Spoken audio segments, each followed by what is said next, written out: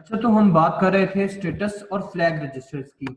Flag register क्या होता है? फ्लैग रजिस्टर बेसिकली इस्तेमाल होता है स्टेटस को डिफाइन करने के लिए। करंट सिचुएशन की किसको करंट सिचुएशन को डिफाइन कर रहा है, करंट स्टेटस को डिफाइन कर रहा है किसके? प्रोसेसर के अगर प्रोसेसर जो है वो वर्किंग स्टेट में होगा, यानी कि अगर प्रोसेसर वर्किंग स्टेट में है तो उसका स्टेटस 1 होगा, और अगर वो वर्किंग स्टेटस में नहीं है तो उसका स्टेटस 0 होगा। तो flag register are used to define the status of status of processor is it working or not। तो हमने बात की है अभी जनरल रजिस्टर्स की, जिसमें डाटा रजिस्टर है, एड्रेस रजिस्टर है, स्टेटस और फ्लैग रजिस्टर है। डाटा रजिस्टर किस लिए इस्तेमाल हो रहा है? To hold the data for an operation. किसी भी डाटे पर ऑपरेशन को परफॉर्म करवाने के लिए जो डाटे को होल्ड करता है वो डाटा रजिस्टर होता है। Address register to hold the address of an instruction of data. जिस डेटे पर ऑपरेशन परफॉर्म किया जा रहा है उस डेटे का जो एड्रेस होगा, यानी कि सोर्स होस्ट होगा, वो कौन होगा? वो एड्रेस रजिस्टर होगा। इसी तरह हमारे पास स्टेटस और फ्लैग रजिस्टर क्या करता है? स्टेटस और फ्लैग रजिस्टर बेसिकली हम इसे स्टेटस रजिस्टर भी कहते हैं, हम इसे फ्लैग रजिस्टर भी कहते हैं। Flag register are used to define the status, current status, is it working और नॉट, कि क्या वो वर्क स्टेट में है या नहीं है। अगर वो वर्क स्टेट में होगा तो उसका स्टेटस 1 होगा, और अगर वो वर्क स्टेट में नहीं होगा तो उसका स्टेटस 0 होगा। इसी तरह हम आगे चलते हैं। देखें, अब हमारे पास कुछ जनरल पर्पस रजिस्टर हैं। रजिस्टर्स में हमारे पास 2-3 टाइप्स होती हैं। 16 बिट होता है। अब देखें ना, जनरल टाइप रजिस्टर में मैंने आपसे कहा था AX, BX, CX, DX। यहाँ पर देखें आप, AX, BX and DX are 2 bytes wide and each byte can be accessed separately। अगर ये 2 बाइट का रजिस्टर है तो हर बाइट को सेपरेट, यानी कि सपोज कर लेते हैं हम ये AX है, AX में 2 बाइट्स हैं, एक AH है, एक AL है। AH stand for accumulator high, AL stand for accumulator low. क्योंकि बाइट एक बाइट में 8 बिट्स होते हैं तो 2 बाइट्स में 16 बिट्स हो जाएंगे।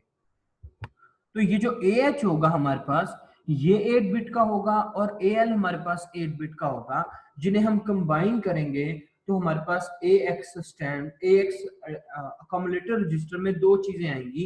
एक 8 बिट का हमारे पास AH होगा, और एक 8 बिट का हमारे पास AL होगा। अकोमोलेटर हाई, अकोमोलेटर लो।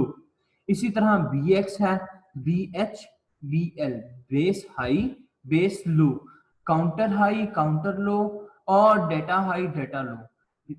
ये जो 4 रजिस्टर्स हैं बेसिकली इसे हम क्या कहते हैं? जनरल पर्पस रजिस्टर कहते हैं, और they are also called data group. इन्हें डेटा ग्रुप भी कहा जाता है।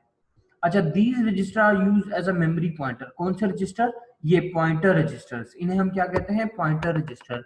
SP स्टैक पॉइंटर है, BP बेस पॉइंटर है, SI सोर्स इंडेक्स है, DI डेस्टिनेशन इंडेक्स है, और IP इंस्ट्रक्शन पॉइंटर है। अगर मैं आपको जनरली इनके बारे में समझाऊं तो सोर्स स्टैक पॉइंटर क्या है? स्टैक क्या होता है बेसिकली?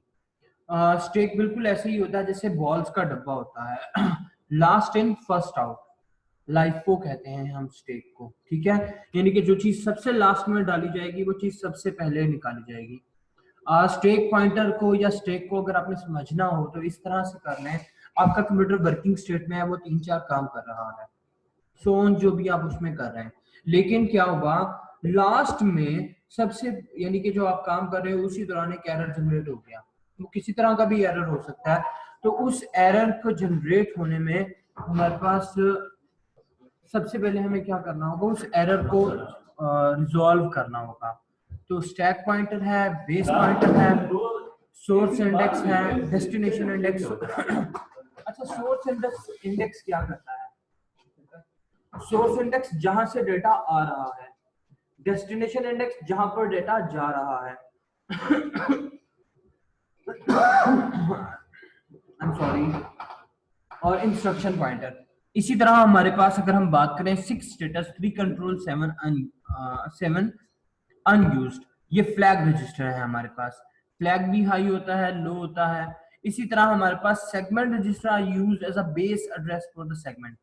सेगमेंट रजिस्टर जो होते हैं ये भी इस्तेमाल होते हैं हमारे पास फॉर द बेस। अब बात ये है कि बच्चे, अगर हम बात करें अपने कंप्यूटर में, हम मिलियन और ट्रिलियंस ऑफ एग्जीक्यूशन कर सकते हैं एट द सेम टाइम, ठीक है। अच्छा, अब बेस रजिस्टर की तो दो टाइप्स हैं, BH BL। तो ऐसा तो नहीं है कंप्यूटर में मिलियन ऑफ ट्रांजैक्शन हो रही हैं, मिलियन ऑफ एग्जीक्यूशन हो रही हैं, उस मिलियन ऑफ एग्जीक्यूशन के लिए जस्ट आपके पास दो रजिस्टर होंगे, एक BH होगा एक BL नहीं। तो बेस रजिस्टर्स में हमारे पास मुख्तलिफ सेगमेंट्स होते हैं जिसे हम ES extra segment, CS code segment, DS data segment और SS स्टेक सेगमेंट कहते हैं। ऑल ऑफ दीज रजिस्टर, ये तमाम रजिस्टर एड्रेस के लिए यूज होते हैं। अच्छा, उम्मीद है मुझे आप लोगों को यहाँ तक क्लियर हो गया होगा। अब मैं आगे चलता हूँ। जनरल पर्पस रजिस्टर, जिसे अभी मैंने आपसे कहा था कि ये जो ऊपर वाले रजिस्टर है इन्हें जनरल पर्पस भी कहा जाता है और these are known as data group इन्हें डेटा ग्रुप भी कहा जाता है। तो following 4 registers are available to program for general data manipulation. Generally data को मैनिपुलेट करने के लिए जो हम इस्तेमाल करते हैं जनरल रजिस्टर्स, वो हमारे पास 4 हैं। सबसे पहले नंबर पे हमारे पास है अकोमोडेटर रजिस्टर AX। AX को आगे फर्दर दो हिस्सों में किया जाता है, AH और AL। अकोमोडेटर हाई, अकोमोडेटर लो। हम यहाँ पर बात करेंगे सिर्फ AX की। अकोमोडेटर रजिस्टर क्या करता है? Accommodator register used in arithmetic, logic and the data transfer instructions. ये इस्तेमाल होता है आपके कंप्यूटर में परफॉर्म करवाने के लिए अर्थमेटिक। अर्थमेटिक में हमारे पास क्या है? प्लस है, माइनस है, मल्टीप्लाई है, डिवाइड है, मॉड है। और लॉजिक क्या है? लॉजिकल ऑपरेटर आपने पढ़े होंगे, एंड और नॉट। सॉरी, आपने लेस देन, ग्रेटर देन वगैरह भी पढ़ा होगा। And the data transfer instruction also required in multiplication, division, input and output operation. AX registers को हम इन असेंबली लैंग्वेज इनपुट के लिए भी यूज करते हैं, आउटपुट के लिए भी यूज करते हैं, और आल्सो रिक्वायर्ड इन मल्टीप्लिकेशन। और इन्हीं रजिस्टर्स को इस्तेमाल किया जाता है मल्टीप्लिकेशन के लिए भी, डिवीजन के लिए भी। तो इसके बाद हमारे पास है BX base register. It can hold a memory address. ये क्या करता है? ये किसी भी मेमोरी के एड्रेस को होल्ड करता है। It can hold a memory address that points a variable, जो किसी भी वेरिएबल को पॉइंट करता है। देखिए, अकोमोडेटर रजिस्टर क्या कर रहा है? कोई भी डेटा आ रहा है, उस पे multiplication, division, arithmetic operation perform कर रहा है। अब बात यह है कि अकोमोडेटर रजिस्टर क्या कर रहा है? उस पे कोई ना कोई ऑपरेशन परफॉर्म कर रहा है। तो बेस रजिस्टर उसके बिल्कुल साइमल्टेनियसली काम कर रहा है। वो किस तरह से? वो जिस पर ऑपरेशन परफॉर्म हो रहा है उसका एड्रेस अपने पास होल्ड कर रहा है। इस तरह काउंटर रजिस्टर ये काउंट कर रहा है। बेसिकली ये लूप के लिए भी इस्तेमाल होता है। लूप किसे कहते हैं? आपने लैंग्वेजेस पढ़ी हुई है, तो लूप कहते हैं स्टेटमेंट और set of statement that can repeat itself, जो खुद को रिपीट कर सके उसे लूप कहते हैं। Act as a counter for repeating और लूपिंग इंस्ट्रक्शंस।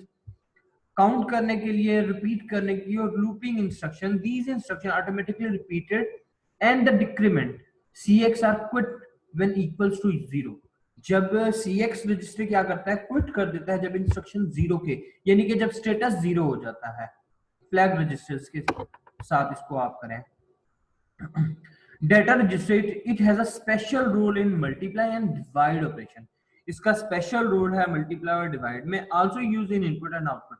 DX को हम डिवीजन, मल्टीप्लिकेशन के लिए भी यूज करते हैं। DX को हम इस्तेमाल करते हैं also use for input and output operations.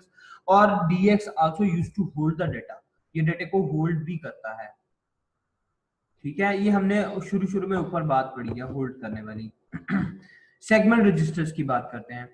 Segment register store address of instruction and data in memory. ये स्टोर करता है एड्रेस ऑफ इंस्ट्रक्शन के एड्रेसेस को। CS code segment define the starting address of the section of memory, जहां से data आ रहा है उसका starting address. DS define the section of memory, memory का section that hold most of the data used by program. देखो, अब डेटे को डिवाइड कर दिया इनटू फर्दर चेन।